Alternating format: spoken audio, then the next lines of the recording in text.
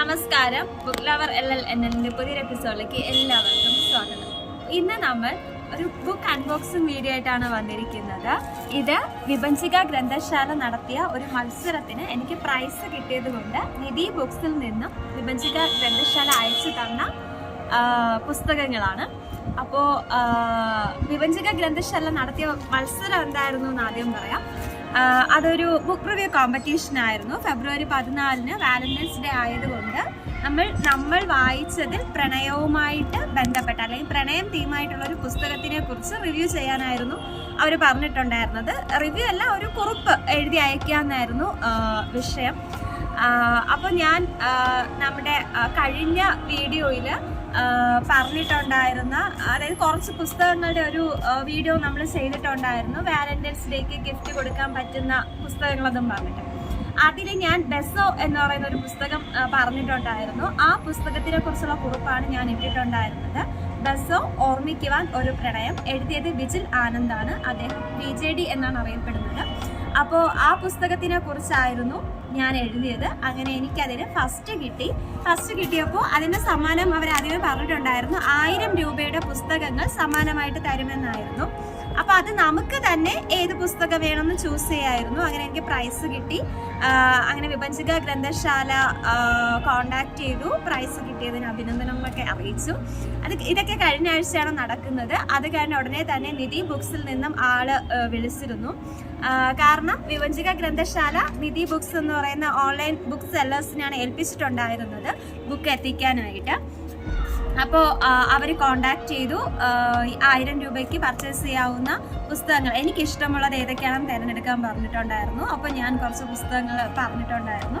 So അത് ഇന്ന് രാവിലെ പോസ്റ്റ്മാൻ കൊണ്ടുവന്നു. അപ്പോൾ രാവിലെ വീഡിയോ എടുക്കാൻ പറ്റിയില്ല. അപ്പോൾ ഇപ്പോഴാണ് നമ്മൾ രണ്ടുപേരോട് ഒരുമിച്ച് വന്നത്, ഞാനും ഹസ്ബൻഡും. അപ്പോഴാണ് ഞങ്ങൾക്ക് വീഡിയോ എടുക്കാൻ പറ്റിയത്. സോ ഇന്ന് വിമൻസ് ഡേ ആണ്. പക്ഷേ വീഡിയോ എന്നായിരിക്കും പോസ്റ്റ് ചെയ്യണമെന്ന് ഒരു ഐഡിയ ഇല്ല. ചിലപ്പോൾ ഇന്ന് തന്നെ പോസ്റ്റ് ചെയ്യും, ചിലപ്പോൾ 2 ദിവസം കഴിയും എഡിറ്റിംഗ് എന്തെങ്കിലും ഉണ്ടെങ്കിൽ. സോ അപ്പോൾ എന്തായാലും എനിക്ക് വിമൻസ് ഡേക്ക് വന്നൊരു ഗിഫ്റ്റ് ആയിട്ട് ഞാൻ ഈ പുസ്തകങ്ങളെ കണക്കാക്കുന്നു. അപ്പോൾ നമുക്ക് എന്തായാലും അൺബോക്സിങ് ചെയ്യാം. ഞാൻ നേരത്തെ തന്നെ, അതായത് എനിക്ക് ഇങ്ങനെ പുസ്തകങ്ങൾ വെച്ചിട്ട് നോക്കിക്കൊണ്ടിരിക്കാൻ പറ്റത്തില്ല. അതുകൊണ്ട് ഞാൻ നേരത്തെ തന്നെ ഇത് തുറന്നൊക്കെ നോക്കിയായിരുന്നു. ഇതിപ്പോൾ നമ്മൾ അൺബോക്സ് വീഡിയോയ്ക്ക് വേണ്ടിയിട്ട് വീണ്ടും സെറ്റ് ചെയ്ത് വെച്ചതാണ്. നമുക്ക് എന്തായാലും നോക്കാം. നിധി ബുക്സിൽ നിന്ന് വളരെ വേഗത്തിൽ തന്നെ പുസ്തകങ്ങൾ എത്തിയിട്ടുണ്ട്. കാരണം അവർ വെള്ളിയാഴ്ച ശനിയാഴ്ച എങ്ങാണ്ടാണ് അയച്ചത്. ഇന്നിപ്പോൾ ബുധനാഴ്ചയാണ്. ഇവിടെ ബാംഗ്ലൂരിലാണ് പുസ്തകം എത്തേണ്ടത്. അപ്പോൾ വർക്കിംഗ് ഡേയ്സ് ഒരു 3-4 ദിവസം കൊണ്ട് തന്നെ പുസ്തകം എത്തിയിട്ടുണ്ട്. അപ്പോൾ നല്ല പാക്കിംഗ് ആയിരുന്നു കേട്ടോ. ഞാൻ നേരത്തെ ഓപ്പൺ ചെയ്തോന്ന് പറഞ്ഞില്ലേ, നല്ല പാക്കിംഗ് ആയിരുന്നു. കാരണം ഇത് ഒരു കവറിട്ട് അവർ ചെയ്തിട്ടുണ്ടായിരുന്നു. പിന്നെ രജിസ്റ്റേർഡ് പാഴ്സലായിട്ടാണ് അവർ അയച്ചിട്ടുണ്ടായിരുന്നത്. അപ്പോൾ പോസ്റ്റൻ വന്ന് വിളിച്ച് ഞാൻ സൈൻ ചെയ്തൊക്കെയാണ് വാങ്ങിച്ചത്. രജിസ്റ്റേർഡ് അല്ലാണ്ട് അയക്കുമ്പോൾ മിക്കവാറും നമ്മുടെ ഹൗസ് ഓണർ താഴെയുണ്ട്. അപ്പോൾ അവരുടെ കയ്യിലായിരിക്കും കൊടുത്തിരിക്കുക. അപ്പം ഇന്ന് എൻ്റെ കയ്യിൽ തന്നെ കിട്ടി. അപ്പോൾ ഇതാണ് വീണ്ടും നമ്മുടെ മറ്റേ ബബിളില്ലേ, പൊട്ടിച്ചൊലിക്കുന്ന സാധനം, അത് വെച്ചിട്ട് വീണ്ടും ഒരു കവറിങ് ഉണ്ടായിരുന്നു.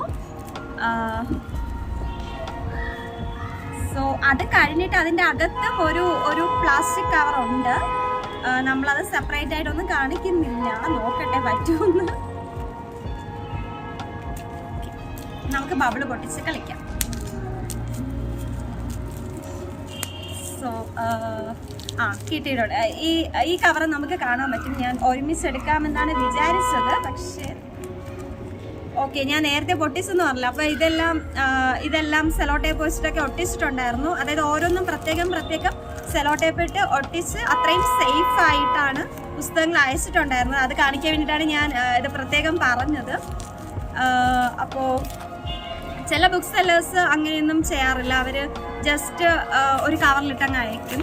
അപ്പം ബുക്ക് ചിലപ്പോൾ ഡാമേജ് ആവാനും ചെറുതായിട്ടൊക്കെ കീറിയല്ല, സൈഡൊക്കെ ഒരു ചുളിഞ്ഞൊക്കെ ഇരിക്കാനുള്ളൊക്കെ സാധ്യതയൊക്കെ ഉണ്ട്. അങ്ങനെ സംഭവിച്ചിട്ടുണ്ട്. പക്ഷേ ഇത് കണ്ടോ, വീണ്ടും അവർ മൊത്തം 3 കവറിട്ട് പോയിട്ടുണ്ടായിരുന്നു. അത്രയ്ക്കും സേഫ് ആക്കിയിട്ടാണ് ബുക്ക് അയച്ചത്. എനിക്കത് വളരെ ഇഷ്ടപ്പെട്ടു. പിന്നെ ഇത് കണ്ടോ, നമുക്ക് പിന്നെ പൊട്ടിച്ചെടുക്കാം. അപ്പോൾ ഇതാണ് നമ്മുടെ ബുക്സ്. 5 ബുക്കാണ് ഞാൻ അവിടെ നിന്ന് സെലക്ട് ചെയ്തത്. എനിക്ക് പ്രൈസ് കിട്ടിയപ്പോൾ അപ്പോൾ ഇതാണ് 1000 രൂപയുടെ പുസ്തകങ്ങളാണ് നമ്മുടെ കയ്യിൽ ഇരിക്കുന്നത്. നമുക്കൊരു ലോട്ടറി അടിച്ച ഫീലൊക്കെയാണ് ഇത് കയ്യിൽ കിട്ടുമ്പോൾ.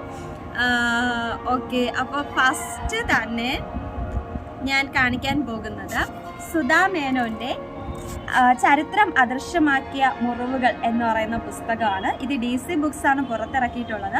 അപ്പം ഞാൻ ഈ അടുത്തായിട്ട് കുറച്ച് റിവ്യൂസ് FB പേജിലൊക്കെ കുറച്ച് പേര് ഈ പുസ്തകത്തിനെ കുറിച്ച് ഇട്ടിരിക്കുന്നത് ഞാൻ കണ്ടിട്ടുണ്ടായിരുന്നു.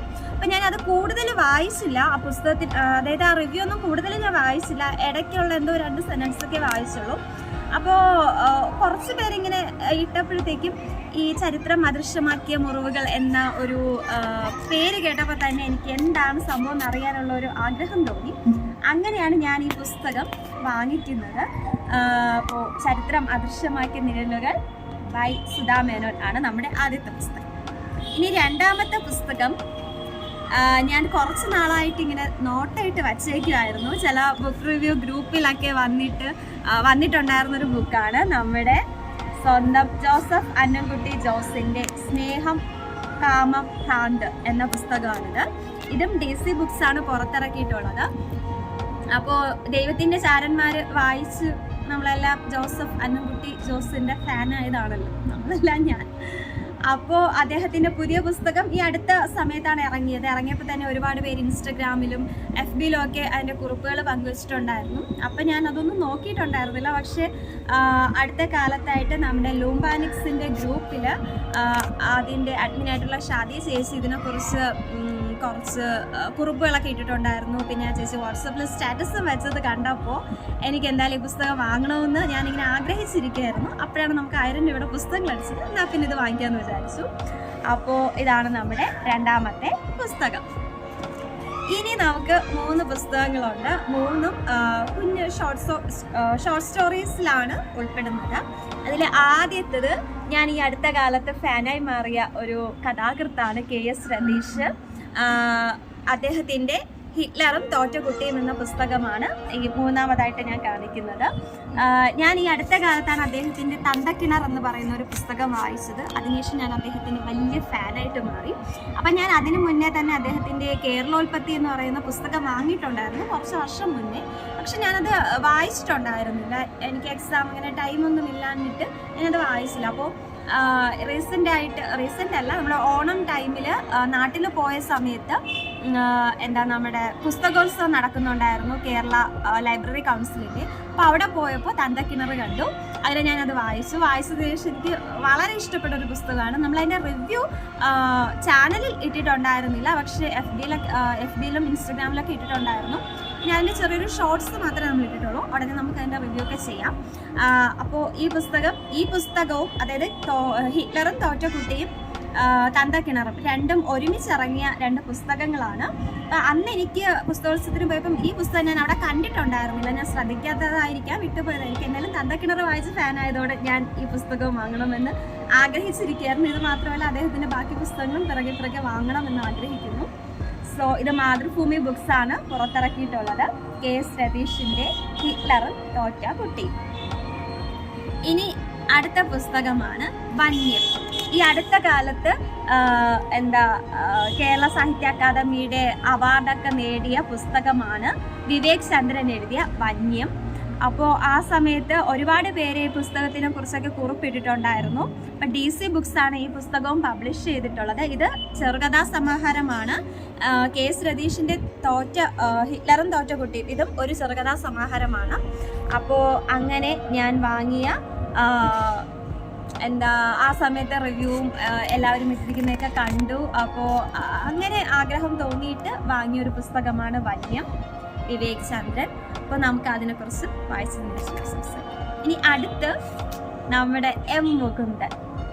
അദ്ദേഹത്തിൻ്റെ പുസ്തകമാണ് ഗ്രീൻ ഹിൽ കോൺവെന്റ്. ഇതൊരു കുഞ്ഞു പുസ്തകമാണ്, വളരെ കുഞ്ഞു പുസ്തകമാണ്. കുറച്ച് പേജ് മാത്രമേ ഉള്ളൂ. പക്ഷെ ഞാൻ അതിൽ എക്സ്പെക്റ്റ് ചെയ്തിട്ടുണ്ടായിരുന്നില്ല. ഇതിനകത്ത് ചിത്രങ്ങളൊക്കെ കാണുമെന്ന് ഞാൻ അങ്ങനെ എക്സ്പെക്റ്റ് ചെയ്തിട്ടുണ്ടായിരുന്നില്ല. അപ്പോൾ ഞാൻ M മുകുന്ദൻ്റെ വലിയ നോവലൊക്കെ നേരത്തെ വായിച്ചിട്ടുണ്ട്. മയ്യഴിപ്പുഴയുടെ തീരങ്ങളിൽ, ഡൽഹി ഗാഥ, ഇതൊക്കെ ഞാൻ മുന്നേ വായിച്ചിട്ടുണ്ട്. പക്ഷേ M മുകുന്ദൻ്റെ ഒരു ഫാനായിട്ട് ഞാൻ മാറിയത് ഒരു വർഷം മുന്നേ, ഒരു കുറച്ച് മാസം മുന്നേ എന്ന് പറയാം. ഒരു വർഷം കംപ്ലീറ്റ് ആയെന്ന് എനിക്കറിയത്തില്ല. അപ്പോൾ അതിനു മുന്നേ ഞാൻ വായിച്ച കണ്ണൻ നമ്പ്യാർ ഡൽഹിയിൽ എന്ന് പറയുന്ന ഒരു പുസ്തകം. അത് ഇതുപോലൊരു കുഞ്ഞു ബുക്കാണ്. അത് ഈ കുറച്ച് നാൾ മുമ്പേ, അതായത് കുറച്ച് വർഷങ്ങളായിട്ട് ഈ എം മുകുന്ദൻ്റെ ബുക്ക് ഒക്കെ അവർ വളരെ ചെറിയ, അതായത് ഒരു 50 പേജ് 40 പേജിൽ ഒതുങ്ങുന്ന മൈക്രോ പുസ്തകങ്ങളായിട്ട് അവർ ഇറക്കുന്നുണ്ടായിരുന്നു. അപ്പോൾ അതിൻ്റെ കൂട്ടത്തിൽപ്പെട്ട ഒരു പുസ്തകമാണ് ഈ കണ്ണൻ നമ്പ്യാർ ഡൽഹിയിൽ. അപ്പം ഞാനത് ലൈബ്രറിയിൽ പോയപ്പോൾ എടുത്തൊരു പുസ്തകമായിരുന്നു. അങ്ങനെ അതൊരു നല്ല പുസ്തകമായിരുന്നു. ഞാൻ അതിനെക്കുറിച്ച് നമ്മളെ ചാനലിൽ പറഞ്ഞിട്ടുണ്ട്, റിവ്യൂ ഇട്ടിട്ടുണ്ടായിരുന്നു. ഒരു അച്ഛൻ മകനെ കാണാൻ വേണ്ടിയിട്ട് ഡൽഹിയിൽ പോകുന്നതും അയാൾക്ക് തോന്നുമ്പോൾ പശുവായിട്ട് മാറാനുള്ള കഴിവുള്ളതും വളരെ കോമഡി ആയിട്ട് അവതരിപ്പിച്ചിട്ടുള്ള ഒരു സംഭവമാണ് ആ പുസ്തകം. എനിക്ക് അങ്ങനെ വളരെ ഇഷ്ടപ്പെട്ട. സാധാരണ മുകുന്ദൻ വളരെ സീരിയസ് ആയിട്ട് എഴുതുന്ന റൈറ്ററാണ്. പക്ഷേ കണ്ണൻ നമ്പ്യാർ ഡൽഹിയിൽ വളരെ ഹാസ്യാത്മകമായിട്ട് ആരെയൊക്കെയോ കളിയാക്കുന്ന രീതിയിൽ എഴുതിയിട്ടുള്ളൊരു ബുക്കായിരുന്നു. സോ എനിക്ക് അങ്ങനെ വളരെ ഇഷ്ടപ്പെട്ടു. അദ്ദേഹത്തിൻ്റെ കുഞ്ഞ് ഒരു ബുക്കാണ്. അങ്ങനെയാണ് ഞാൻ ഈ പുസ്തകം എം മുകുന്ദൻ്റെ ഗ്രീൻ ഹിൽ കോൺവെൻറ്റ് വാങ്ങാമെന്ന് വിചാരിച്ചത്. സോ ഇത് ഹരിതം ബുക്സാണ് പുറത്തിറക്കിയിട്ടുള്ളത്. വളരെ ചെറിയ പുസ്തകമാണ്. അപ്പോൾ എന്തായാലും ഞാൻ ഈ 5 പുസ്തകങ്ങളിൽ ആദ്യം വായിക്കാൻ പോകുന്നത് ഇത് തന്നെയായിരിക്കും. അപ്പോൾ എന്തായാലും എല്ലാവർക്കും നമ്മുടെ ഈ ഗിഫ്റ്റ് കിട്ടിയ പുസ്തകങ്ങളുടെ അൺബോക്സിങ് വീഡിയോ ഇഷ്ടമായെന്ന് കരുതുന്നു. അപ്പം നമുക്ക് എന്തായാലും അടുത്ത ദിവസം മറ്റൊരു വീഡിയോ ആയിട്ട് കണ്ടുമുട്ടാം. വളരെ നന്ദി, നമസ്കാരം.